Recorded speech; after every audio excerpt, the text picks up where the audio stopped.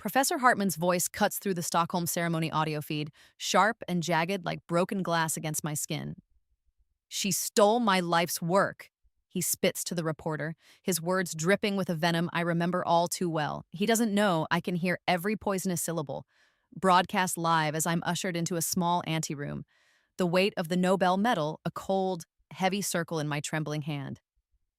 The betrayal, decades old, burns fresh again, a searing iron in my chest. I never thought I'd face him again, not like this. He's been reborn as my greatest nightmare, a ghost from a past I tried to bury. The student he proclaimed would never master basic chemistry, now clutching the very prize he's spent 30 relentless years chasing. The irony isn't lost on me, it tastes like ash. The air in this quiet room, heavy with the scent of old wood and the faint, clean fragrance of a Swedish winter drifting in from somewhere, does little to calm the storm inside me. The metal feels alien, its metallic coolness a stark contrast to the heat of my palm. It's supposed to be a moment of triumph, the culmination of a lifetime's struggle, but his voice, that arrogant, dismissive tone, threatens to overshadow everything. For a moment, I just want to disappear, to let the grandeur of the Nobel ceremony swallow me whole and spit me out somewhere far away from his accusations. But then, a different feeling surfaces, a quiet, steely resolve. I won't hide, I can't. I look down at the medal. Engraved on its surface, Alfred Nobel's profile seems to gaze back with a stoic understanding. This isn't just my prize, it's a testament to a journey he could never comprehend. I decide then, in that hushed room with the distant applause still echoing, that I'll face his lies head on. I owe it to myself, to the girl I was, the one who almost believed him. The reporter's voice, a woman's, cuts in, questioning him further, but Hartman's narrative is set. Her entire discovery, the foundation of her work, was based on preliminary research I conducted. She was my student. She had access. Access, the word feels like a slap. Yes, I had access to his derision, to his belittling, to the soul-crushing weight of his constant disapproval. A memory, sharp and unwanted, flashes. I'm 19 again, standing in his vast, intimidating office, the afternoon sun slicing through the dusty blinds, illuminating particles dancing in the air, much like my hopes, soon to be scattered. He's leaning back in his leather chair, a smirk playing on his lips as he slides my latest lab report across the polished mahogany desk. "Miss Vasquez," he'd said, his voice a low drawl that still sends shivers down my spine. "Your ambition is admirable, but your execution, lamentable. Some people are simply not wired for the rigors of science." The memory still carries the sting of his casual cruelty, the way he dismissed years of my dreams with a flick of his wrist. The weight of the medal suddenly feels heavier, a counterweight to that crushing pronouncement. My phone buzzes in my clutch, a sharp, insistent vibration. "It's my lawyer, Maria," I answer, my voice surprisingly steady. "Elena, there's something you need to see." Her tone is grim. She forwards an email. It's a formal legal letter, a cease and desist, slapped with the letterhead of a high-powered law firm.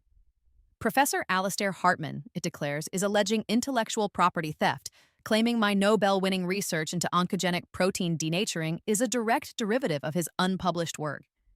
The audacity of it makes my breath catch. He isn't just slandering me to a reporter, he's launching a full-scale assault. The room suddenly feels colder, the scent of winter air more biting. This isn't just a desperate outburst from a bitter old man. This is calculated. This is war. My mind races, piecing together fragments, whispers I'd dismissed over the years. A conference presentation of mine curiously underattended after a keynote by him. A research grant application inexplicably rejected despite stellar preliminary data. Reviewers' comments that seemed personally vindictive rather than scientifically critical. It wasn't just bad luck or academic rivalry. It was him. It was always him. I grip the phone, the cool plastic a stark contrast to the burning anger rising within me. He's been trying to discredit me for years, systematically, patiently, like a spider spinning a web. And I, so focused on the science, on survival, on proving him wrong in the lab, had been oblivious to the extent of his campaign. The realization hits me with the force of a physical blow. He didn't just try to break me as a student. He's been trying to erase me as a scientist. The Nobel Prize wasn't the end of his vendetta. It was the catalyst for his most brazen attack. The fight I thought I'd won was only just beginning. The weight of the medal now feels like a weapon, and I know, with a chilling certainty, I'll have to use it. It all started in organic chemistry, too, a class that felt more like a battlefield than a lecture hall. I was 19, a first-generation college student, fueled by cheap coffee and the fierce, burning hope of a scholarship that was my only ticket. Professor Hartman was a legend in the department, his name synonymous with groundbreaking research and, as I quickly learned, a terrifyingly exacting standard. His reputation preceded him. Students whispered about his brilliance and his brutality in equal measure. The acrid smell of failed experiments seemed to cling to the very air in his labs, a constant reminder of the razor's edge we all walked. The lab bench surfaces, rough and worn smooth by the frantic efforts of countless students before me, felt like ancient altars where dreams were routinely sacrificed. I remember the first time he singled me out. We were discussing isomerism, and I'd hazarded a question. He stopped mid-sentence, his gaze pinning me to my seat. A slow, deliberate silence descended upon the lecture hall. "Miss Vasquez," he said, his voice resonating with a chilling authority that brooked no dissent. "Chemistry requires precision thinking, a mind capable of navigating intricate pathways. Perhaps," and here he paused, letting the implication hang heavy in the air, "you should consider a different major, something less demanding." The words were like a physical blow, knocking the air from my lungs. Humiliation burned my cheeks, hot and fierce. Around me, I could feel the averted gazes of my classmates, the stifled coughs, the sudden intense interest in notepads. It was a public execution of my fledgling confidence. That day, the lab felt different. The glassware seemed colder, the chemical odors sharper, more menacing. My hands, usually steady, trembled as I measured reagents, the memory of his pronouncement replaying in my mind. He hadn't just criticized an idea, he'd dismissed my entire aptitude, my very presence in his world. But something in me, a stubborn spark my mother had fanned into a flame, refused to be extinguished. I wouldn't quit. After that, I stayed late in the lab almost every evening, the fluorescent lights humming a lonely tune. I'd go over the procedures again and again, the rough texture of the lab manual's pages becoming intimately familiar. I'd perfect my titration technique until my arm ached, crystallize and recrystallize compounds until the yields were textbook perfect. The acrid smell of a reaction gone wrong became a goad, not a deterrent. I was determined to prove him wrong, to wipe that smug, dismissive look off his face. It was during those late-night sessions that I met Miguel. He was a grad student then, TAing for another course, but often working on his own research in the adjacent lab. He'd see my solitary light, the flicker of movement through the connecting door. One night, he brought me a lukewarm cup of coffee. "Burning the midnight oil, Vasquez?" he asked, a kind smile crinkling the corners of his eyes. He didn't patronize, he commiserated. He saw the effort, not just the struggle. Miguel became my ally, my confidant, the one person who didn't look at me with pity or Hartman-induced skepticism. He'd glance over my lab notes, offer quiet suggestions, and, most importantly, remind me that Hartman's opinion wasn't the final word. Despite my efforts, my grades in his class suffered. His exams were brutal, his grading harsher still. My GPA, once pristine, began to dip precariously, threatening the scholarship that was my lifeline. The weight of it was immense. I pictured my mother, her face etched with exhaustion after a double shift at the hospital cafeteria, her hands chapped from endless washing. She was sacrificing so much for me, believing in me with an unwavering faith that I felt I was betraying with every C+ Hartman slapped on my papers. The thought of her disappointment was a heavier burden than any academic pressure. One particularly frustrating evening, I was working on a synthesis that had failed 3 times. The expected brilliant blue precipitate was stubbornly refusing to appear, leaving me with a murky, disheartening brown sludge. Hartman had already sneered at my previous attempts. "Persistence is only a virtue if it's allied with competence, Miss Vasquez." I was about to dump the latest failure down the waste disposal, the acrid smell of defeat filling my nostrils when I noticed something. A faint shimmer in the sludge, almost imperceptible. A tiny, anomalous crystal caught the light. It wasn't what I was supposed to get, not even close, but it was odd, different.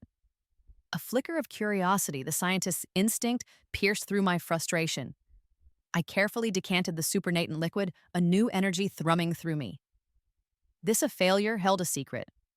I was so engrossed, hunched over the beaker, that I didn't hear the lab door open, didn't hear his footsteps. Working late again, Miss Vasquez? Hartman's voice, cold and sharp, sliced through my concentration. I jumped, nearly dropping the beaker. He stood in the doorway, his arms crossed, an expression of profound disapproval etched on his face. This is the fourth time you've botched this synthesis. Are you deliberately trying to waste university resources? Or is this simply the outer limit of your capability? His eyes flicked to the beaker in my hand, then back to my face, a dismissive curl to his lip. Whatever anomaly you think you found in that mess, I assure you, it's merely a testament to your ineptitude. Clean up this disaster and go home, and I expect a full accounting for the wasted reagents. Another incident like this, and I'll have no choice but to fail you for misconduct, regardless of your final exam. The threat hung in the air, heavy and suffocating. He didn't care about the shimmer, the anomaly. He only saw what he wanted to see, my failure.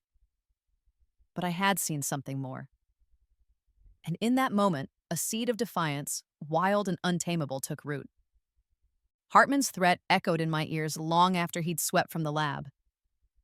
Fail me for misconduct? The injustice of it choked me. He hadn't even glanced at the anomaly, so quick was he to condemn. But his words, meant to crush, instead solidified a desperate resolve. I wouldn't let him bury what I'd found, even if it was just a flicker in a sludge of failure. If I couldn't investigate it openly, I'd do it in secret. Now, the university closed for the Thanksgiving break a week later. The campus emptied, a ghost town of lecture halls and silent dormitories. It was my chance. Armed with a borrowed key, Miguel had forgotten to return from his TA days and a thermos of bitter, life-sustaining coffee. I slipped into the deserted chemistry building. The labs were eerily quiet, the usual cacophony of fume hoods and stirring plates, replaced by the low, almost sentient electric hum of centrifuges and refrigeration units on standby. It was 3 a.m. The world outside was asleep, but in Lab 3B, under the cold fluorescent glow, I was wide awake, my heart pounding a nervous rhythm against my ribs. Over the next few days, fueled by stale donuts and an almost manic determination, I worked. The anomaly, that tiny, unexpected crystal, was proving elusive but fascinating. Standard tests yielded bizarre results. It was a protein, that much was clear, but it was folding in a way that defied every textbook model, every lecture Hartman had ever delivered. It was like finding a biological unicorn. The bitter taste of cheap coffee was a constant companion, a reminder of the stolen hours, the precariousness of my situation. If I was caught, I documented everything. Every step, every measurement, every unexpected reading was meticulously recorded in a separate, cheap notebook I kept hidden in my backpack. I took pictures with an old burner phone. I knew, instinctively, that if this discovery was real, Hartman would be the first to try and discredit it, or worse, claim it. I needed unshakable proof that it was mine. The electric hum of the ancient centrifuge spinning down another sample became the soundtrack to my clandestine research. A creeping paranoia began to set in. One morning, I arrived to find a rack of my meticulously prepared samples slightly out of place. Had I left it like that? Or had someone been in here? Another time, a crucial data file on the lab's shared computer, one I'd password protected, showed signs of an attempted access. My stomach churned. Was it just my overwrought imagination? Or was Hartman, or someone loyal to him, watching me? The shadows in the empty hallways seemed longer, the silence of the building more oppressive. Miguel, when I finally confessed what I was doing, was initially horrified. Elena, this is insane. If Hartman finds out— He won't, I interrupted, my voice tighter than I intended. And I can't just let this go, Miggs. It's important. I showed him my notebook, the strange crystallization patterns, the anomalous spectrographic readings. His skepticism slowly morphed into a cautious intrigue, then a reluctant excitement. He understood the science, the profound implications if my hypothesis was correct. He became my co-conspirator, my research partner in the shadows. He helped me procure reagents I couldn't sign out, covered for me when security guards did their rounds, and most importantly, he listened. His sharp mind offering new perspectives, challenging my assumptions, strengthening my conclusions. The bitter coffee tasted a little less lonely when shared. Then, the stakes escalated beyond academic rivalry or the fear of expulsion. My father, back in our small hometown, was diagnosed with a rare, aggressive form of early-onset Alzheimer's. The news came via a crackling phone call from my distraught mother, her voice a thin thread of grief. The disease was relentless, untreatable. And as I researched his condition, a horrifying, electrifying connection began to form in my mind. The protein I was studying, the one that folded so bizarrely, its structure bore an uncanny resemblance to the malformed prions implicated in neurological degeneration. My secret research wasn't just a scientific curiosity anymore. It might hold a key, a desperate, improbable lifeline for my father. The hum of the centrifuge now seemed to pulse with a desperate urgency. Back at university after the break, the pressure intensified. Hartman, perhaps sensing my renewed focus, or maybe just out of sheer malice, seemed to redouble his efforts to undermine me. My lab reports, even those Miguel had vetted and declared flawless, came back slashed with red ink, appended with scathing comments. He gave me failing grades on work that, for any other student, would have earned an A. His gaze in class was colder, his pronouncements more cutting. Miss Vasquez, your continued presence in this advanced program is becoming increasingly untenable. Each word was a carefully aimed dart. One evening, as I was analyzing a particularly promising set of results from a new batch of the anomalous protein, I had the distinct feeling of being watched. A flicker of movement at the frosted glass panel of the lab door. I froze, my breath catching. Was it just a janitor or someone else? I slowly rose, my heart hammering, and peered through the small, clear square in the frosting. The hallway was empty, but the unease lingered, a cold knot in my stomach. Someone knew. Someone was watching my research. The next morning, I walked into Lab 3B to a scene of quiet devastation. My workbench was a mess. Beakers were overturned, notes scattered, and the small, carefully labeled vial containing my purest, most promising sample of the crystallized protein, the one I'd stayed up all night preparing, the one that held the clearest structural data yet, was gone. Vanished. My blood ran cold. This wasn't accidental. This was deliberate. My lab had been ransacked. And my most important sample, the culmination of months of secret, painstaking work, was missing. The electric hum of the equipment suddenly sounded menacing, a death knell for my discovery. My breath hitched. Panic, cold and sharp, clawed at my throat. The missing vial wasn't just a sample.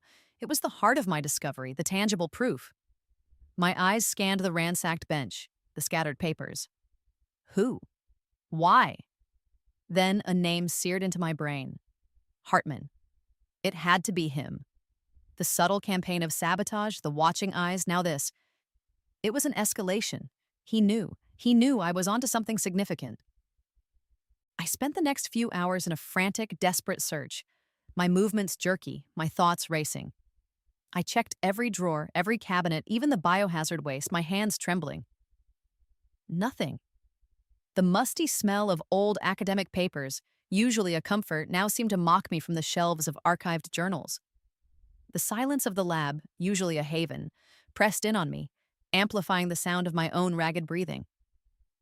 Then, Miguel found me, slumped on a stool, staring blankly at the violated space where my research had lived. Elena, what happened? His voice was laced with concern. I explained, the words tumbling out in a torrent of fear and fury. He took it, Miggs. Hartman took my sample. He must have my notes, too. A chilling thought struck me. Hartman wasn't just a departmental gatekeeper. He was an active researcher, always hungry for the next breakthrough, the next grant, the next accolade. He's going to publish, I whispered, the realization dawning with horrifying clarity. He's going to steal it and publish it as his own. We had to find out. That evening, using a departmental directory and a bit of Miguel's tech savvy to bypass low-level security on the shared server, we accessed Hartman's recent file activity. And there it was. A manuscript draft titled Anomalous Protein Structures, a Novel Paradigm in Cellular Mechanics by Professor Alistair Hartman. My blood turned to ice. He'd already written it. My graphs, my data, even phrases I recognized from my hidden notebook were woven into his narrative. He was preparing to submit it to Nature. The submission deadline for their next issue was in less than 48 hours. Desperation, raw and potent, surged through me. 48 hours. That's all I had before my discovery. My father's potential hope was stolen and branded with Hartman's name. The sound of footsteps echoing in the empty hallways of the department as we slipped away from the computer lab felt like the ticking of an invisible clock. "We have to get your original notes back, Elena," Miguel said, his voice firm, pulling me from my panicked stupor. "And your backup data." A plan, audacious and risky, began to form. I knew Hartman's schedule. He had a standing Tuesday evening seminar he never missed, followed by a late dinner with his senior colleagues. It was our only window. The next night, clad in dark clothes, hearts pounding, we slipped back into the chemistry building. The air was thick with the musty smell of old textbooks and the faint, lingering scent of chemicals. Every creak of the floorboards, every distant hum of equipment sounded like an alarm. Hartman's office was on the 4th floor, a corner suite overlooking the campus green. Miguel expertly picked the cheap lock on the outer office door, a skill he'd sheepishly admitted to learning during a misspent youth. Hartman's inner office was just as I remembered, imposing, meticulously organized, a shrine to his own ego. Framed awards and degrees lined the walls. His desk was clear, save for a leather-bound blotter and a single ominous manila folder. My breath caught. That had to be it, my stolen research. While Miguel stood guard, I carefully opened the folder, my notes, my graphs, and his manuscript, ready for submission. My hands shook as I replaced his version with a dummy file of old, irrelevant data. Then, I retrieved my original notebook from its hiding place within the folder's lining. He hadn't even bothered to look for the source. But just taking it back wasn't enough. He'd simply claim I stole it from him. I needed more. I needed to discredit his claim. Working quickly, my fingers flying across his keyboard, I accessed the manuscript file he'd surely saved on his computer. With Miguel's help guiding me through Hartman's archaic file system, I found it. Then, with a precision born of desperation, I began to plant the seeds of his downfall. Subtle errors, tiny but fatal flaws in the data presentation that only someone intimately familiar with the original research would introduce if they were rushing, if they didn't truly understand the nuances. An incorrect axis label here, a misplaced decimal point in a table there, errors that would make his discovery unravel under expert peer review. It was a dangerous game. The sound of footsteps echoing in the empty corridor outside made my blood run cold. We had to get out. As we were about to leave, my eyes fell on a printout on his side table. It was an email chain. My stomach clenched. The sender was Dr. Sarah Chen, a kind, elderly crystallography professor who I'd considered a mentor, someone I'd confided in about my research difficulties, albeit vaguely. The emails were chillingly clear. She'd been feeding Hartman information about my progress, my struggles, even my suspicions about his interference. The betrayal was a fresh stab to the heart, colder and sharper than Hartman's outright theft. He hadn't just stolen my work.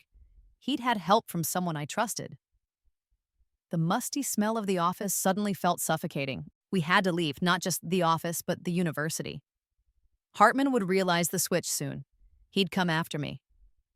Miguel had connections at a smaller state university on the other side of the country. He had been talking to a professor there about a potential research collaboration. He made a call, his voice urgent, persuasive. An emergency transfer, a scholarship, a chance to start over. It seemed too good to be true. As we hurried through the darkened campus, my original notebook clutched to my chest. A security patrol car rounded a corner, its headlights sweeping across the path. We ducked behind a thick hedge, the rough leaves scratching my face, my heart hammering. The car slowed, then agonizingly moved on. We ran. We had to get my real research data, the backups I'd stored on an external drive in my dorm room. Back in my cramped room, the air thick with the scent of instant noodles and anxiety, I grabbed the drive. Miguel was checking bus schedules on his phone. "There's one at 5 a.m. We can make it." Then, an email pinged on my laptop. It was from the state university Miguel had contacted. "Regret to inform you, scholarship position unexpectedly filled. Transfer application denied." My blood ran cold. Unexpectedly filled? Or had Hartman already reached them? His influence was far-reaching. The escape route had just slammed shut. The sound of distant sirens, probably unrelated, made me jump. I looked at Miguel, despair washing over me. "What do we do?" He took my hand, his grip firm. "We find another way. We always find a way." But as I stood there, the weight of the stolen research, the betrayals, the blocked escape, pressing down on me, a new terrifying wave of nausea washed over me. It wasn't just fear. I'd missed my period. My hand went instinctively to my stomach. Oh God, no, not now. I was pregnant, Miguel's child. The world tilted, the implications crashing down, complicating everything, making escape seem not just difficult, but impossible. The musty smell of fear and old dreams clung to me like a shroud. The positive pregnancy test felt like another shackle. My escape from Hartman, from the university that had become a prison, was no longer just about saving my research. It was about protecting my child. Miguel, bless his soul, was a rock. "This changes things, Elena," he'd said, his eyes surprisingly calm despite the chaos swirling around us. "But it doesn't break us." He found a loophole, a tiny, underfunded research initiative at a small, unassuming state university in Oregon, one so far off Hartman's radar it might as well have been on another planet. It wasn't glamorous, the labs were old, the equipment even older, but it was a lifeline. I legally changed my last name to my mother's maiden name, Rojas, shedding Vasquez like a skin I'd outgrown, or perhaps one that had been flayed from me. Elena Rojas, a new identity, a fragile shield. The early years were a blur of exhaustion and fierce, quiet determination. The soft weight of my newborn daughter, Sophia, in my arms, was a constant, warm reminder of what I was fighting for. Her scent, a mix of baby powder and milk, was a balm to my frayed nerves. But the lab, my new, less-than-stellar lab, still called. The sharp, familiar scent of formaldehyde, a smell I usually associated with preserved specimens and sterile environments, now mingled with the sweet aroma of Sophia's baby blanket, as I often brought her with me, nestled in a carrier while I worked late into the night. My PhD research, the official topic, was on something mundane, something deliberately un-Hartman-like microbial degradation of plastics. It was safe, unassuming. But in the quiet hours, when the campus was asleep, when Sophia was finally down for the night in her makeshift crib in a corner of my tiny office, I returned to my true passion, the anomalous protein. My hidden research continued in fits and starts, scrawled in coded notebooks, analyzed on encrypted drives. The fear of discovery was a constant shadow. I couldn't publish openly, not yet. Hartman, I knew, would be watching, waiting for any sign of Elena Vasquez. So, Elena Rojas built a different kind of network. I collaborated with researchers in Brazil, in India, in South Korea, scientists I met through obscure online forums, sharing data snippets, theoretical frameworks, always under pseudonyms, always through encrypted channels. They didn't know my real name, my past, or the full scope of my work. They only knew the science, the tantalizing possibilities. Motherhood was a relentless, beautiful struggle. Sophia was a bright, inquisitive child, but raising her alone was a monumental task. Miguel was gone. A year after Sophia was born, he died in a senseless car accident, a drunk driver running a red light. The grief was a raw, gaping wound, a constant ache that time only dulled, never fully healed. His picture, a smiling, vibrant Miguel, sat on my desk, a silent encouragement, a painful reminder, balancing the demands of a PhD, a secret research project that could change medicine, and single parenthood pushed me to my limits, and often beyond. The formaldehyde scent in the lab often mingled with the metallic tang of my own exhaustion. But the research, my research, was evolving. The anomalous protein's strange folding wasn't just a structural curiosity. As I delved deeper, guided by an instinct honed by years of clandestine work, I realized its potential was far greater than I'd initially imagined. Its unique configuration allowed it to interact with specific cell receptors in a way no known molecule could. It could theoretically target and neutralize cancer cells with unprecedented precision, leaving healthy cells untouched. It was no longer just about Alzheimer's, it was about cancer, a revolutionary treatment. The weight of it, the hope of it, was almost unbearable. Meanwhile, I watched from afar as Professor Alastair Hartman's star continued to rise. He'd published a modified version of my early protein work, diluted, less impactful than my original findings, but enough to garner attention, grants, accolades. He never mentioned the failed student, the one who'd botched the synthesis. He was lauded as a visionary. Each published paper of his felt like a small, fresh cut. The waiting game was agonizing. I was building an unshakable foundation, brick by painstaking brick, but the personal cost was immense. My health, neglected in the relentless pursuit of science and survival, began to fray. Chronic headaches and ever-present fatigue. The sharp scent of antiseptic wipes always in my bag for Sophia's scraped knees and my own increasingly frequent dizzy spells. Then, Sophia, my bright, beautiful Sophia, got sick. Really sick. A rare, aggressive leukemia. The diagnosis was a death sentence, the doctors said. Standard treatments were failing. The irony was a cruel twist of the knife.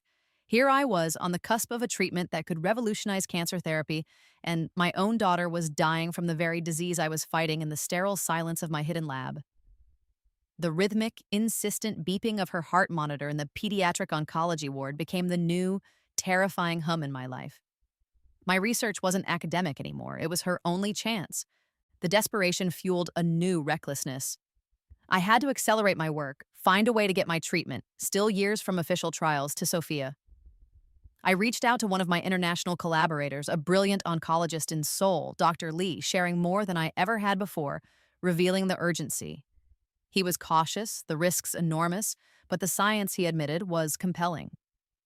We began a frantic, cross-continental effort to prepare a compassionate use protocol. It was during this period of intense pressure, of racing against the clock for Sophia's life, that my carefully constructed anonymity began to unravel. An investigative science journalist, a woman named Sarah Jennings, known for her tenacity and her exposés on academic misconduct, had been tracking a pattern of suppressed research in oncology. Somehow, through a leaked document, a whispered comment from a disgruntled former colleague of Hartman's, she'd picked up the scent of my story, the ghost of Elena Vasquez and her stolen protein. One rainy afternoon, as I sat by Sophia's hospital bed, the sharp scent of disinfectant a constant reminder of our battle, Sarah Jennings walked into the room. She knew. She knew who I was. And she knew about Hartman. My past, so carefully buried, had just been exhumed. The soft weight of Sophia's small hand in mine was the only anchor in a world suddenly tilting on its axis. Sarah Jennings was direct. Dr. Rojas, or should I say Vasquez, I know what Hartman did to you, and I know your current research could be a game changer if it ever sees the light of day. She stood there, trench coat damp from the Oregon rain, her gaze sharp, uncompromising.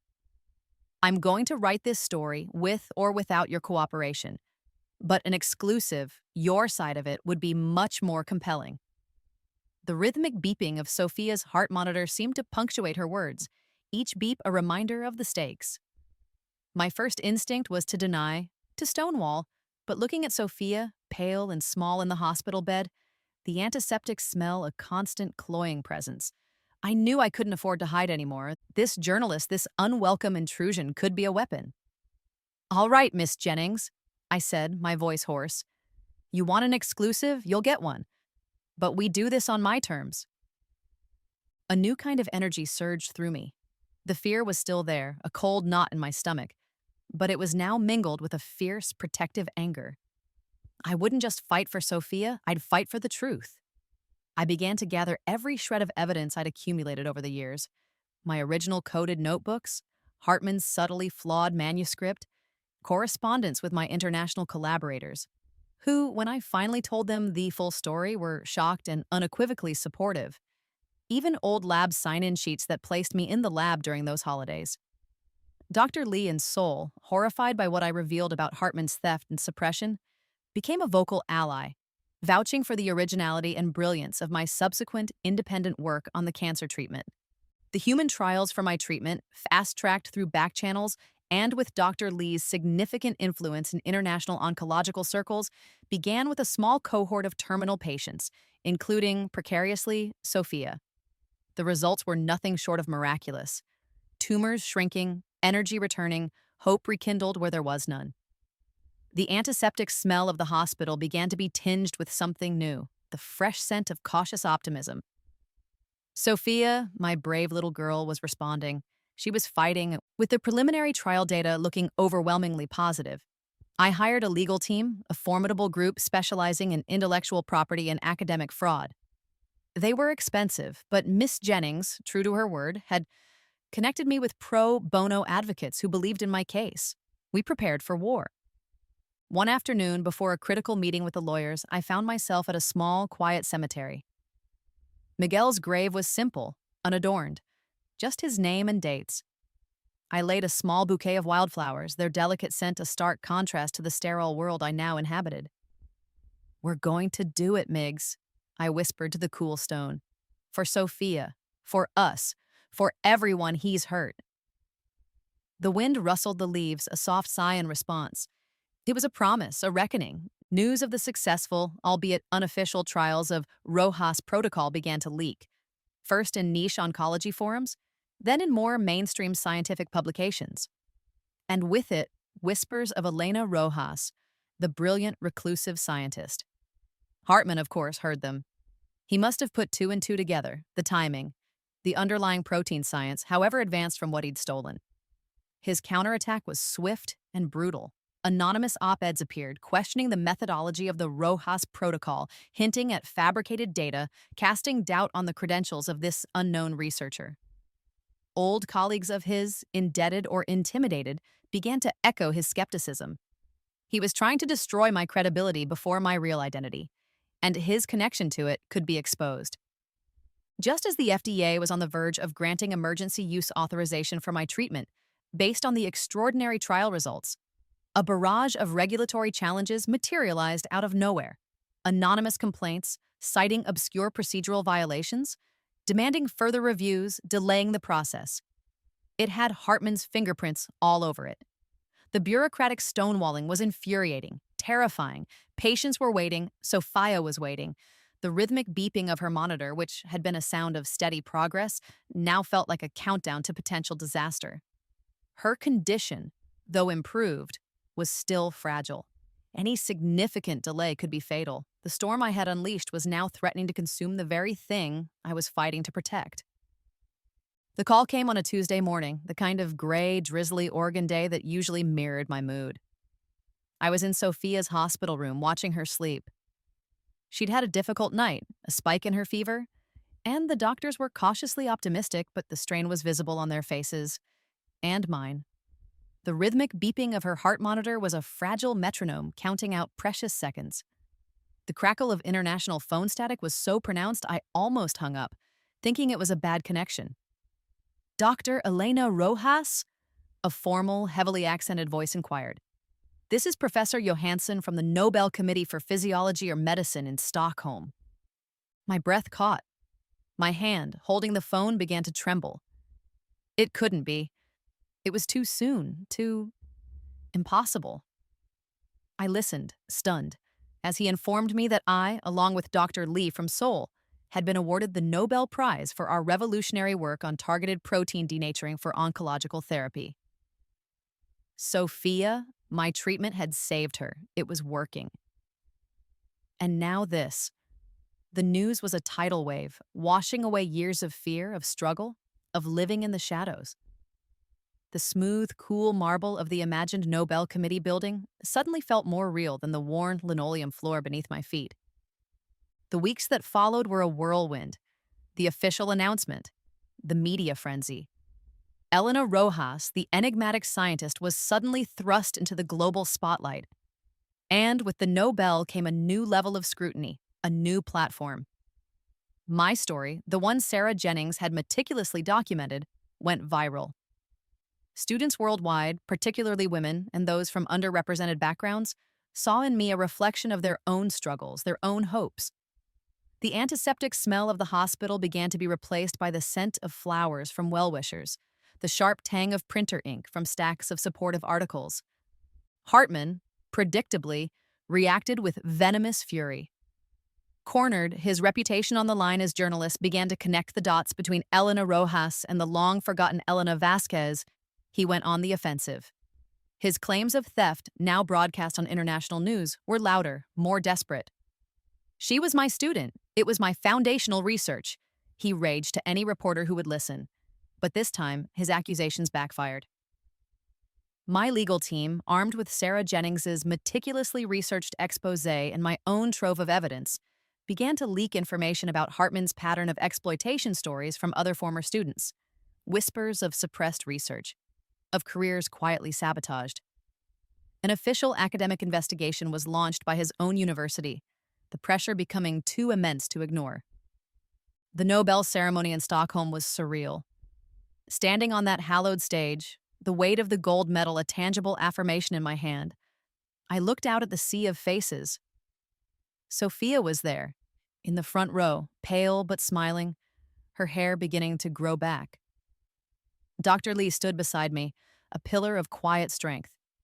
In my acceptance speech, I didn't name Hartman directly. I didn't need to.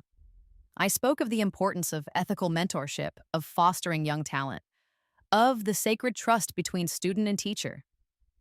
I dedicated the prize to all the brilliant minds nearly lost in the shadows, to those who persevere against doubt and adversity. The message was clear. The applause that echoed through Stockholm's grand concert hall was not just for the science, it was for the story, for the quiet power move of choosing dignity over diatribe. The academic investigation concluded swiftly. The evidence against Hartman was overwhelming, a damning chronicle of decades of theft, bullying, and the systematic exploitation of vulnerable students.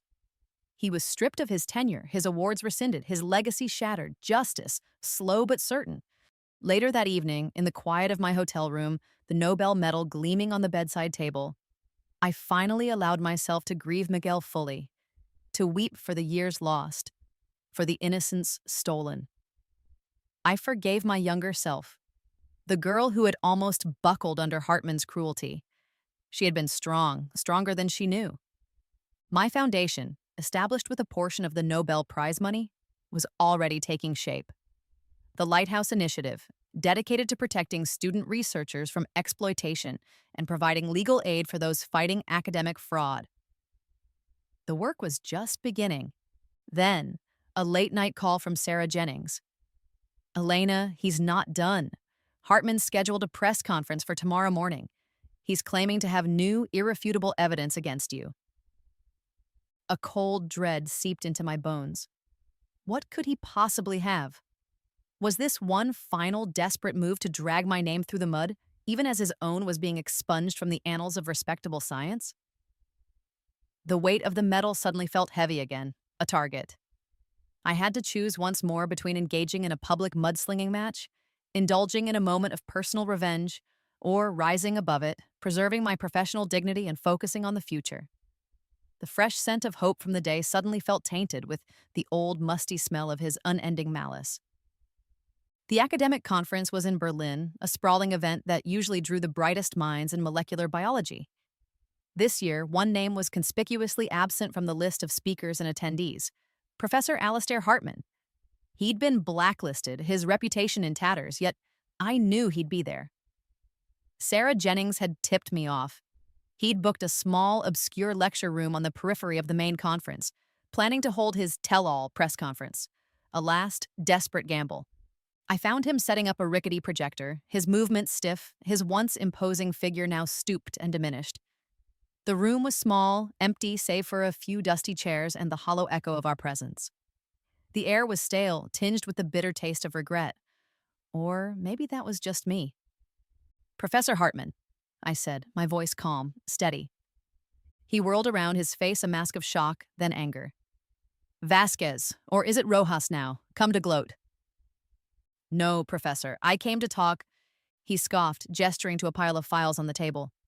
I have proof, you know. Proof that you stole everything from me.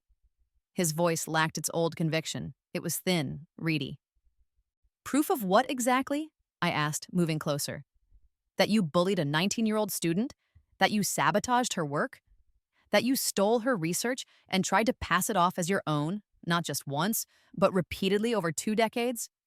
His face paled. Lies, all lies. Are they? I reached into my bag and pulled out a small, old digital audio recorder. I kept everything, Professor. Every threat, every dismissive comment. I have recordings of you in your office, threatening to fail me for misconduct if I pursued the anomaly you claimed was just ineptitude. Recordings from 20 years ago. I pressed play. His voice, younger but unmistakably his, filled the small room, cold and cruel.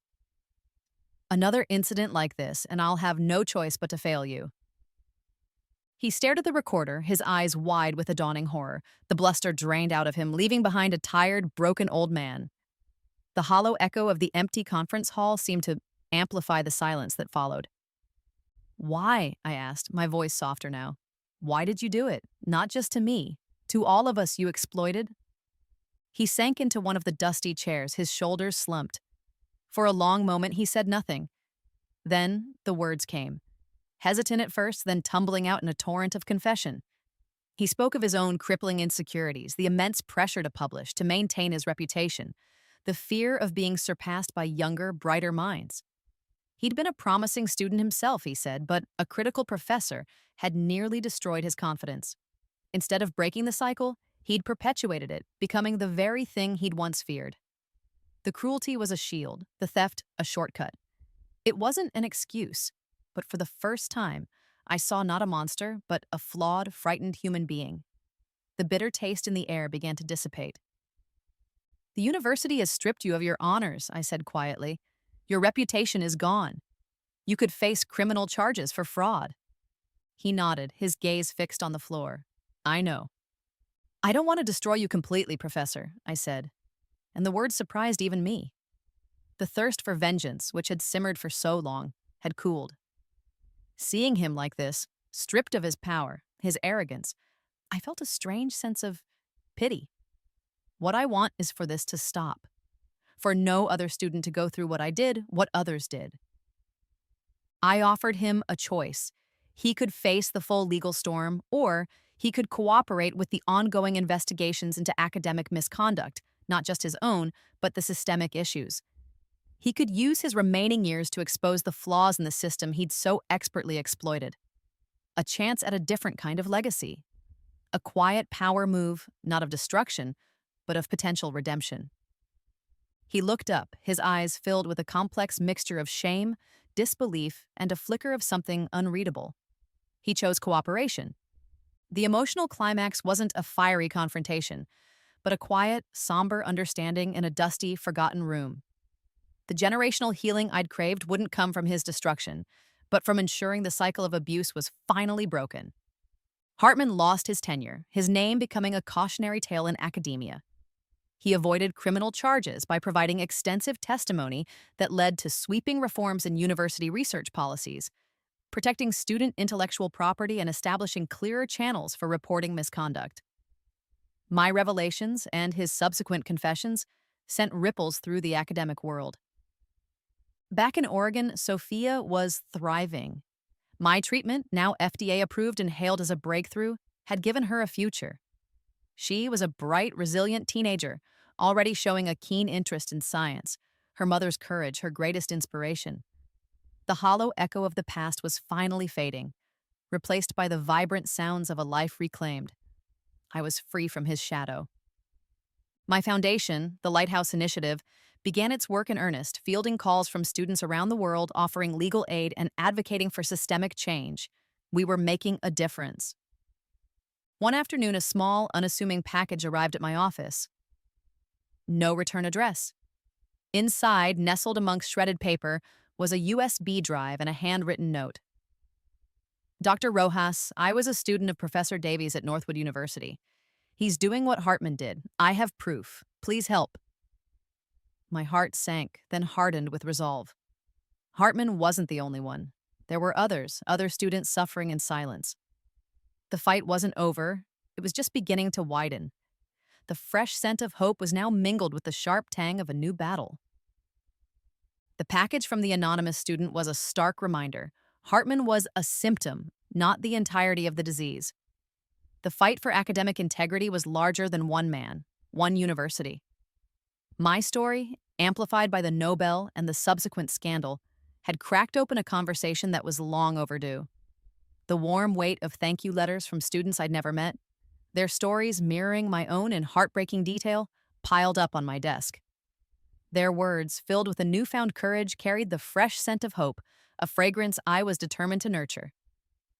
The Lighthouse Initiative became my focus, my quiet power move shifting from personal vindication to systemic reform. I testified before Congress, my voice clear and steady, detailing the insidious ways young researchers could be exploited, their intellectual property siphoned, their careers derailed. I spoke not just of Hartman, but of the culture of silence and fear that enabled such abuses. The senators listened, their expressions grim. My case and the evidence of widespread issues it unearthed became a catalyst. Multiple universities, shamed or genuinely motivated, began reviewing their research protocols, their ethics guidelines, their mechanisms for protecting student innovation. The ripples were spreading. Life outside the demanding world of advocacy and research began to find a new rhythm.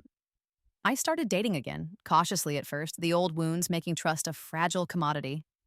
But I met a kind man, a history professor, someone whose quiet strength and gentle humor reminded me, in bittersweet ways, of Miguel, yet was entirely his own person.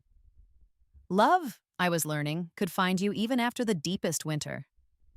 Sophia, my miracle girl, graduated high school at the top of her class, her valedictorian speech a moving tribute to resilience and the pursuit of truth.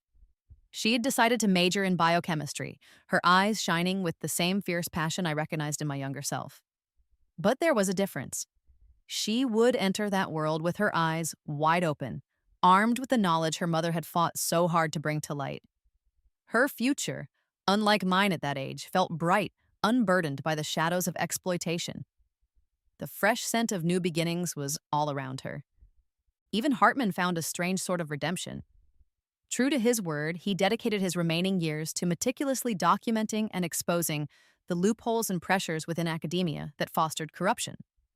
His motives were perhaps complex, a mix of guilt, a desire for relevance, maybe even a twisted form of penance. But his insider knowledge proved invaluable to reformers. We were unlikely allies, our paths forever intertwined by a shared, painful history. My work with the foundation took me around the globe, speaking at conferences, advising universities, meeting with student groups. The Nobel Prize had given me a platform, and I intended to use every inch of it. The international recognition wasn't just for the cancer treatment, but for the fight for scientific integrity. One evening, sifting through a mountain of correspondence at the Lighthouse Initiative, another plain brown envelope caught my eye. It felt similar to the one that had arrived months before. My breath hitched slightly. Inside, another USB drive, another desperate, handwritten plea from a student at a prestigious European university, alleging data manipulation by a renowned department head. The cycle continued. But now there was a place to turn. The warm weight of responsibility settled on my shoulders, heavier than any metal, yet buoyed by the fresh scent of a purpose larger than myself. My work was far from over.